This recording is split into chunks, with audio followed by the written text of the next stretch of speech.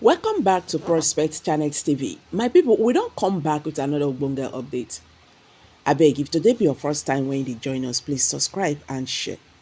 In 2020, Nnamdi Kanu told Yoruba's agitators, he said, see, Tinubu will use you to rise to Aso Rock. And now it's happening.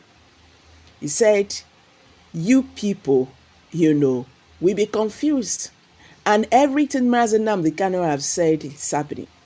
Let's hear it all. I will be right back. Now you understand, don't you? That we are always right. When we refuse to vote for Buhari, we are right. We knew him. The thing these days that I'm happy about is that our Yoruba brothers now understand that we are measured in our thinking. When we say no to something, that thing, there is evil in it. Now, they are going to use Tinubu to try to deceive them once again. They will bring out Tinubu. They'll be talking about, as I said, I trust this very set. It's not like the ones who have gone before. These are young, vibrant men and women. Dudua movement. And they're not going back anymore. That's what I'm about. And they have hoisted their flag in Yoruba. Did anybody shoot at them? Did the Lagos state governor come out as Umahi will foolishly do, idiots? No sit at home here. That should be necessary. People have, I'm asking Umahi, have you seen, are you richer than Lagos state?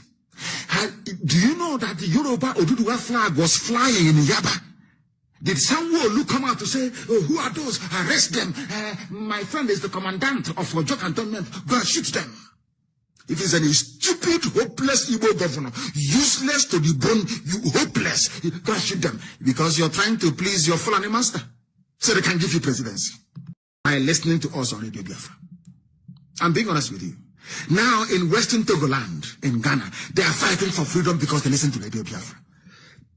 People thought that the Yorubas can never wake up, that they will never rise up to fight. But now, this breed I'm seeing now, I'm even afraid of them. They are determined to the core. And as I said to them, Tinubu will try to use it to ride to Aso Rock. They said over there, it can never happen. So there is no fear that tomorrow they will give it to Tinubu and he will abandon. No. People can't abandon this. It's impossible. That is to tell you, everything we tell you comes to pass.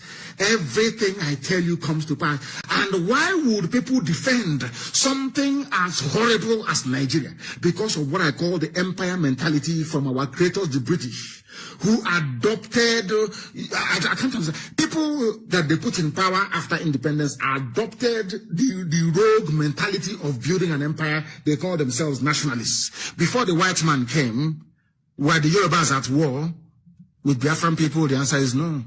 Were we at war with Middle Belt? The answer is no. How come after they came and left? Because they built an empire. And there is something in the brain of black people. This is something that most people don't know. Black people, no matter how primitive we are, we love our freedom. And that is why in the next 50 years, you see Africa, you won't recognize it again. People are going to break into pieces. If they like, they can come back together later on. But to tell me that a white man can come from somewhere and model people up together and give you a name and you answer it, in 50 years' time, Africa will not be recognizable. People will break away. I'm telling you, people will want to be on their own the way we were before the white man came. And what is wrong with that? Absolutely nothing. Absolutely nothing. Those idiots that call themselves nationalists, they came and acquired the British Empire mentality. Let us expand. That was why Azikiwe said, no, they leave Nigeria the way it is. And I don't believe in breakup because he wants to be an emperor and an empire that he did not build. That is the truth and the fact of life. That is why, even as we preach this very gospel, in the Western, they call it, is it Western Togoland, they call it. Western Togoland. They said Ghanaian police or the Ghanaian armed forces. That's where they are strong, armed forces. Ghana security forces say separatists killed in shootouts. That's what they do. That is that colonial mentality, that empire mentality. There was no Ghana before the British came. Everybody was on their own. People want to go back to the way they were before the white man came, and you're busy shooting them because Nana Akufo-Addo wants to be an emperor. Britain gave us Ghana. I don't understand this thing about black people. I'm struggling. When the white man came and was conquering us, we were complaining, saying we don't like it, we want the white man to go. And as soon as the white man left, that edifice of racism which is a nation state in Africa, we allowed it to stand. That very philosophical inconsistency, that inconsistency in terms of our approach to something we clearly identified as a problem initially. When the white man left, instead of the nationalists to say, to your tent, O Israel, let us plan from there. They said, no, we want to, they even formed an army and police to police the boundary created by a white man. That is why I have no regard nor respect for them. People call them nationalists. I call them a bunch of idiots. They are nothing. Right across, you say they are nationalists. They fought rubbish. They fought for their pockets and their families. Those who fought for independence properly are those that allowed people to go back to how they were before the white man came. You are killing people in Western Togo. And I'm asking Kofi Nana Addo, the president of Ghana, before the white man came, did your ancestors have anything called Ghana before, or Gold Coast? But now the white man has left. You want to assume. People are very, very backwards. Very, very backwards. Very, very backwards, I'm telling you. That is why I call African people fools. They don't have any brain. They cannot reason very well. Let us go back to how we were before the white man came. Then if I want to be in the same country with Odudu white people, I can go and negotiate with them and say, we have this and that in common. We can benefit each other. We debate it. We vote on it. We go to a place beside. We ask the people and they vote. That's how it's done. Anybody you want to join you, you go to them and they willingly join. As Scotland willingly joined the UK over 300 years ago, and today they want to go, and nobody's stopping them. I don't know what's wrong with African people. A white man came and built some junk, called it Nigeria, which you don't even know the meaning of the name, and you're jumping up and down. I'm a Nigerian. Let's defend Nigeria. And I'm wondering what type of cage the animal jumped out from. And possibly a university degree holder for that matter. Very, very sad indeed. Very, very sad, but we must preach the gospel of truth. We must preach this very gospel. So Fulani will continue to wreak havoc on all of you. They will continue. That is why they said, effort for peace sake, Southerner must become next president. We are not interested. This is Yoruba. He's from the middle belt. He's in the middle belt, I would obey in different. A Southerner should be. Is that? Do we say that is our problem? Do you think we are fools? Don't you think that we can go and support somebody to become president so people can be made whatever thing that they want to be, given positions and slots, and they will make so much money? You don't know we can do that? That is not our cup of tea. If you like, spread your presidency like a confetti all over the place. That is when they will know who we are. We are not interested. If you like, come to my village, and after P2B and Atiku, that band has come and gone. That is the end of it. No more. No presidency, nothing. Let us give it. Do you think we are foolish? The same way you use your so-called presidency or head of state, you gave it to go on, a Christian from Middle Belt, and then you took over all of them and said, we are all one North. And they agreed. And today, what is happening to them? The same thing you want to do to us. Hey, come and take the presidency. After that, then, look, Jonathan was president for 6 years. What happened? Any improvement? Is there any improvement? A few people were enriched, that's all. Tell me the tangible improvement for the woman in the creek drinking contaminated water. How did you improve her life and that of the children? How, I ask. People are jumping around. It's our turn. For equity's sake, you are foolish. Some of you live abroad. When you live abroad, is it Donald Trump your cousin? Is he from your village? It's the policies that matter, how the country is structured, how it is run. It doesn't matter where somebody comes from. I'm asking you, for some of you that live in the UK shouting, is Igbo man's turn? Is Boris Johnson from your village? Is Boris Johnson from your village? I ask you. People talk as if they cannot reason very well. What we want is our freedom, and that freedom we are going to get. If you like, you can go and join the flag. They will deceive you. Say, it's because of Nnamdi, Kanu and IPOB. That is why you cannot get the presidency. See what you can do. Some of you will try to poison us. You can go and plan with them to arrest and to do all manner of evil to us. But you cannot succeed. You cannot prevail. You can never, ever prevail. Not now, not tomorrow, not ever. Keep your useless presidency. We don't want it. You can canvass all you like. You can pay all the journalists to write all the junk they like. You cannot move us. There is no presidency. We don't want it. What we want is freedom. It's as simple as that. If you don't like it, you can go to hell. Or that is one man, one vote. There'll be referendum. That's all we're asking for. And when that happens, one man, one vote. If you want the the headsmen to stop abducting Catholic priests in Delta, which is a headline on Vanguard newspaper. They abducted a Catholic priest. Some of you who are shouting one Nigeria, Loretta Onochie, this is where you claim you come from, the great harlot in Asorok. This is where you claim you come from.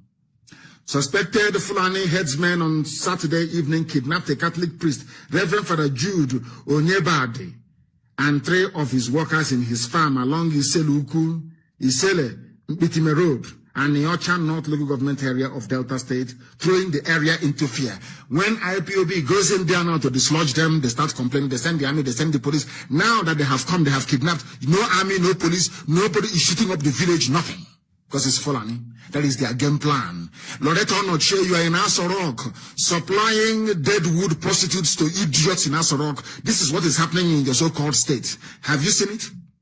This is one thing that fools don't understand. I was warning you before, if you are shouting one Nigeria and working for the Fulani Janjaweed, your village is in danger. Loretta Onochie, your village is in danger. Have you seen what they have done? These are Fulani people. These are the idiots that you're serving and supplying filthy, dirty, diseased women to in Asorok.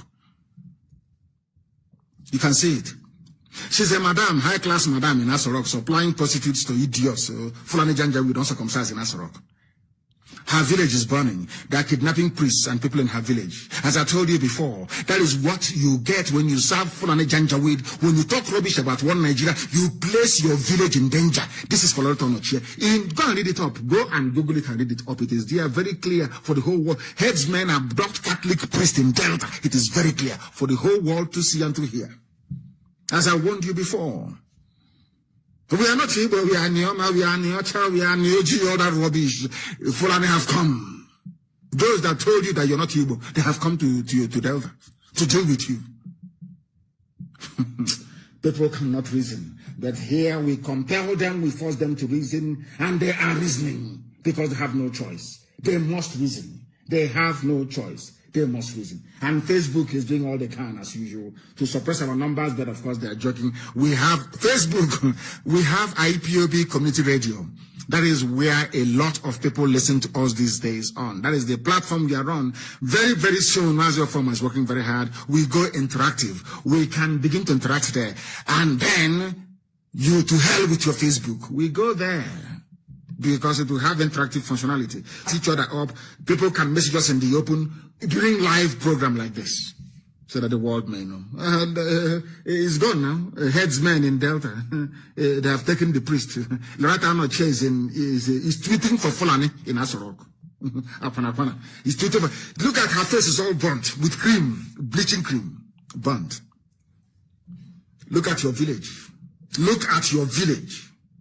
Useless woman. Look at your village. The people you are serving in Asorok, supplying prostitutes to, they are the ones in your village. Their children are in your village, ravaging your village. You are in Asorok doing one Nigeria. Oh, people are very, very foolish. Very, very foolish. Very, very foolish. We are live and we are there, of course. We are coming to the end of our program, but not quite yet. Another gas explosion in Lagos. They say everything is gas. They explode the bomb, Fulani explode the bomb, kill people. They say it's gas. Even where there is no gas, it is gas. Gas explosion. Oh God, if there is anything like next life, Nigeria. Fulani have killed people in Lagos. Several persons were killed and injured, and vehicles burnt in a gas explosion, which is Fulani terrorist attack in Lagos. Very, very simple. They are working hand in hand with the Fulani terrorist army.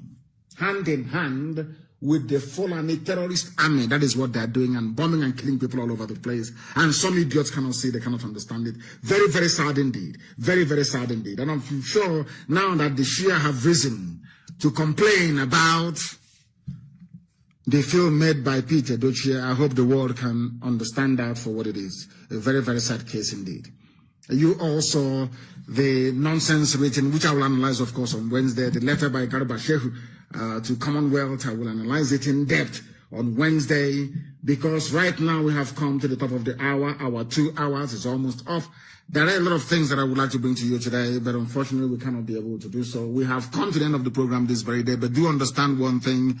If you're in support of one Nigeria, that means you want Fulani to take over your village. You want terrorists to run your lives. You want this reign of agony and mediocrity to continue forever and ever. Even those who were instrumental in rigging the now late dead Buhari into power, they are lamenting very seriously, because Fulani terrorism has taken over the place. But we are saying no to it. We are resisting and doing all we can to resist. And I am glad to say that people are now waking up, people are now rising up from all over the place, and we are winning this very battle by the grace of Chukwukika, and not by anything we have been able to do so far. I thank you all for listening.